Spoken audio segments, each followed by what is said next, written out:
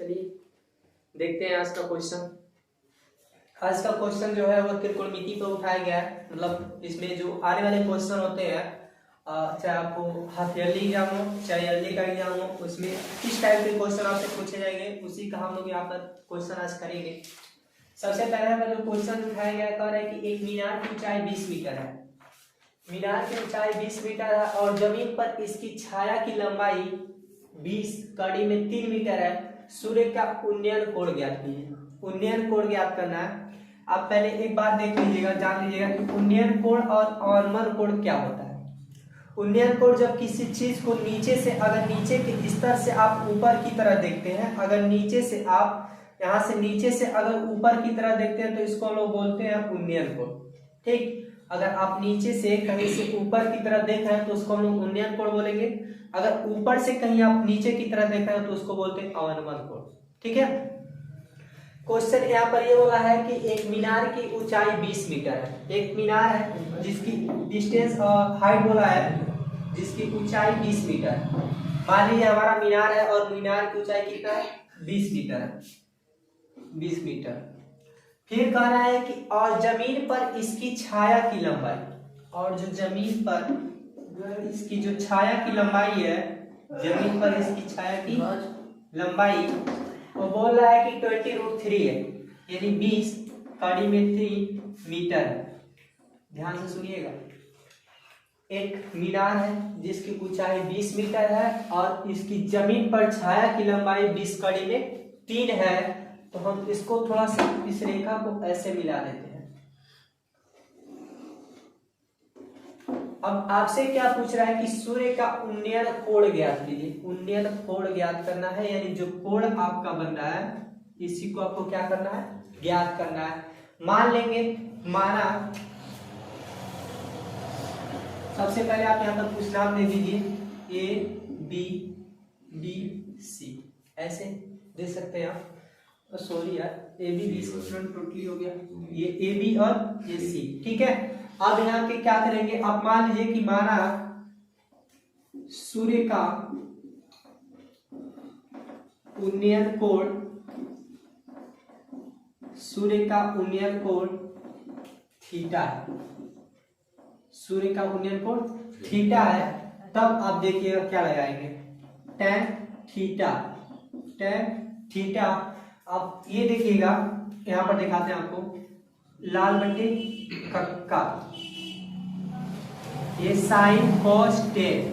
ठीक, sine cos tan, यानी ten बराबर होता है आपका tan थीटा बराबर आपका होता है भाई लंब बटे आधार, यानी tan थीटा बराबर L बाई ए। ठीक है, tan थीटा L कितना है, तो L बोलेंगे भाई हमारा लंबाई जो है कितना है, 20 मीटर। कितना है, 20 मीटर। अब आधार बोलेंगे तो आधार 20 और कड़ी में कितना है, 3 है, ये भी मीटर में, कोई दिक्कत नहीं होनी चाहिए। ध्यान से सुनिएगा, आपका जो tan थीटा होता है इसको लोग बोलते हैं साइन कॉस tan, फिर नीचे से जाएंगे कॉट सेक कोसेक। ठीक, अब यहाँ पे आपका जो मिल गया tan थीटा बराबर लंब बटे आधार, यानी L बाई ए, लंब बटे आधार। लंब का मान 20 है और आधार का मान कितना, 20 कड़ी में 3 है।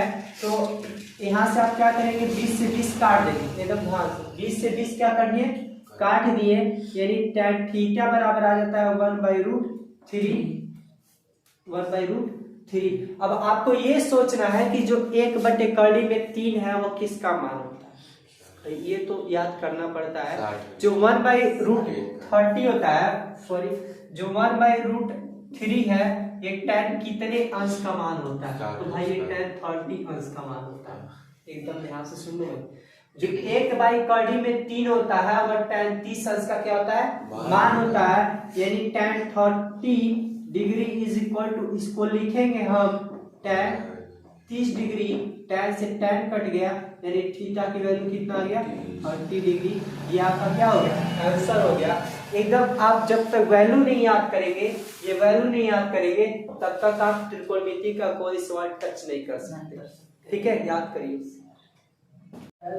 चलिए देखते हैं नेक्स्ट क्वेश्चन, मतलब अगले टाइप के क्वेश्चन पे। कुछ जिसमें आपको वैल्यू इधर लिखा गया, यानी वैल्यू अगर याद रहेगा तो वैल्यू आपको पता रहेगा तो आप क्वेश्चन करने में इधर माहिर रहेंगे, ठीक। लेकिन अगर आप वैल्यू नहीं याद करेंगे तो क्वेश्चन भी आप नहीं कर पाएंगे। जैसे सम लाइक क्वेश्चन यहाँ पर लिखा गया है, पहला लिखा गया है कि साइन का स्क्वायर 60 डिग्री माइनस साइन का स्क्वायर 30 डिग्री, ठीक है। अब सबसे पहले आप ये सोचिए कि साइन 30 अंश का मान क्या होता है। भाई साइन 30 अंश का मान हमने ऑलरेडी यहाँ पर लिख चुका है, आप याद करके लिखिएगा, ठीक है, उस तरह मत लिखिएगा।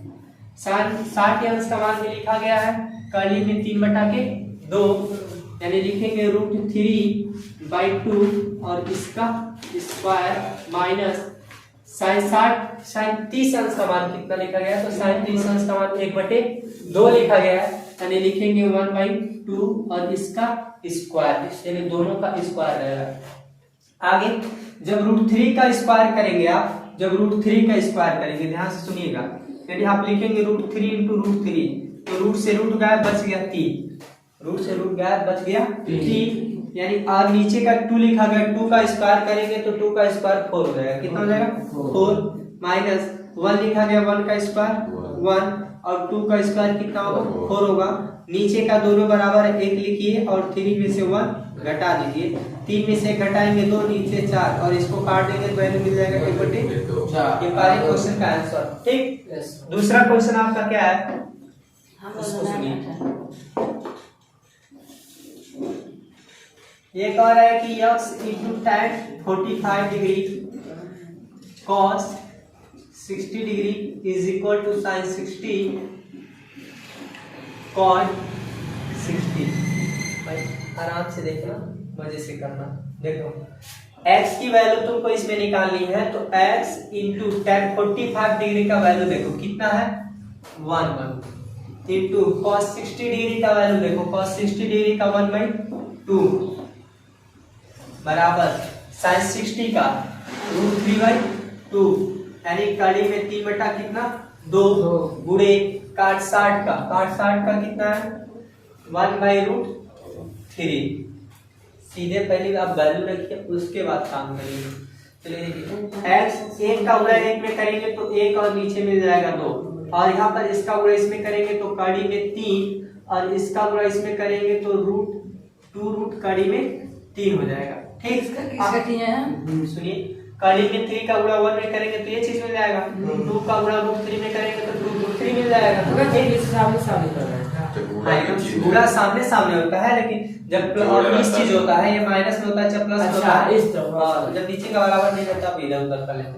अब ध्यान से सुनिएगा, एक बात बताइए, जब भाग में इधर जाएगा क्या हो जाएगा गुणा, यानी अरे भाई ये भाग में है कि नहीं, दो ये भाग में है कि नहीं, भाग में तो उधर में देंगे गुणा, यानी गुणा में लगा देंगे ना उसको, यानी कड़ी में 3 और 2√3 गुणे 2, ठीक।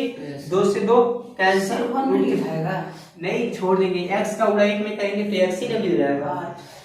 अब टोटली आप देखेंगे सब कट पीट के कितना आ गया 1, यानी x की वैल्यू कितना आ गया। काफी इजी क्वेश्चन था, नोट कर लीजिए। देखिए नेक्स्ट टाइप का क्वेश्चन वही टाइप है, बस आपको क्या करना है, लगाने का तरीका अपना सही से रखना है, नहीं तो गलत हो जाएगा। अब ये 2 tan square 45 degree plus cos square 30 minus sin square 60, पहला वाला सॉल्यूशन लिखा गया 2 tan का square 45 degree plus cos square 30 degree minus sin square 60 degree. Value उठाइए तुरंत यहाँ पे रखिए, हमने वैल्यू ऑलरेडी रख चुका है, आप लोग याद करके ही देखिएगा, ठीक है। tan 45 का कितना होता 1 होता, और 1 का आपको रख के इसको क्या करना है स्क्वायर करना है, प्लस cos 30 का कड़ी में 3/2 और √3/2 इसको रख के आपको स्क्वायर करना, माइनस sin स्क्वायर 60 का, sin 60 कड़ी में 3/2, दोनों की वैल्यू सेम भाई, कड़ी में 3/2 इसको रखिए और इसको भी स्क्वायर चलाइए, ठीक। 2 × 1 का स्क्वायर करेंगे तो 1 होगा, प्लस कड़ी में 3 लिखा गया है और इस पे कितना लिखा गया, 2 लिखा गया है, और उसको स्क्वायर करेंगे तो 3 मिल जाएगा, नीचे का स्क्वायर होगा तो 4 आ जाएगा।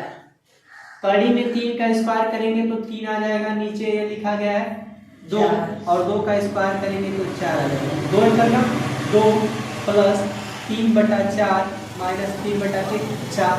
अब बताइए आप इसको किस तरह हल करना चाह रहे हैं, एलसीएम लेके मल्टीप्लाई करके कि किस तरह, लेकिन आंसर कितना आएगा, 2 आएगा। क्यों आएगा, ये माइनस में और ये प्लस में खत्म, कितना आ गया, 2 आंसर आ गया इसका। ठीक, थोड़ा यूनिक करिए एकदम, बार बार जरूरी नहीं है कि आप माइनस करा तो प्लस करा। जैसे यहाँ पर माइनस था, यहाँ पर प्लस था, तो माइनस प्लस से दोनों सेम है तो कैंसिल करिए, बचा क्या 2, वही हमारा आंसर हो गया। नेक्स्ट क्वेश्चन, स्मार्ट बोलो smart. Second, cos 45 degree upon sec 30 plus cosec 30। ध्यान से सुनिए भाई, दोनों 30 है, ऐसा कुछ जो है दोनों 30 नहीं रहना चाहिए, कुछ और रहना चाहिए।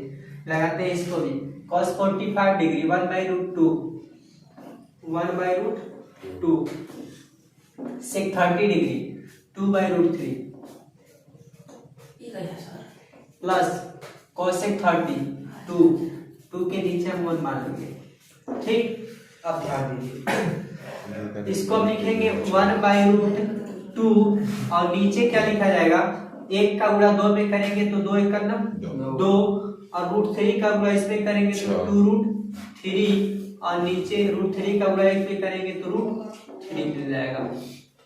अब क्या करते हैं, अंदर का गुणा अंदर और बाहर का गुणा बाहर, कुछ इस टाइप से।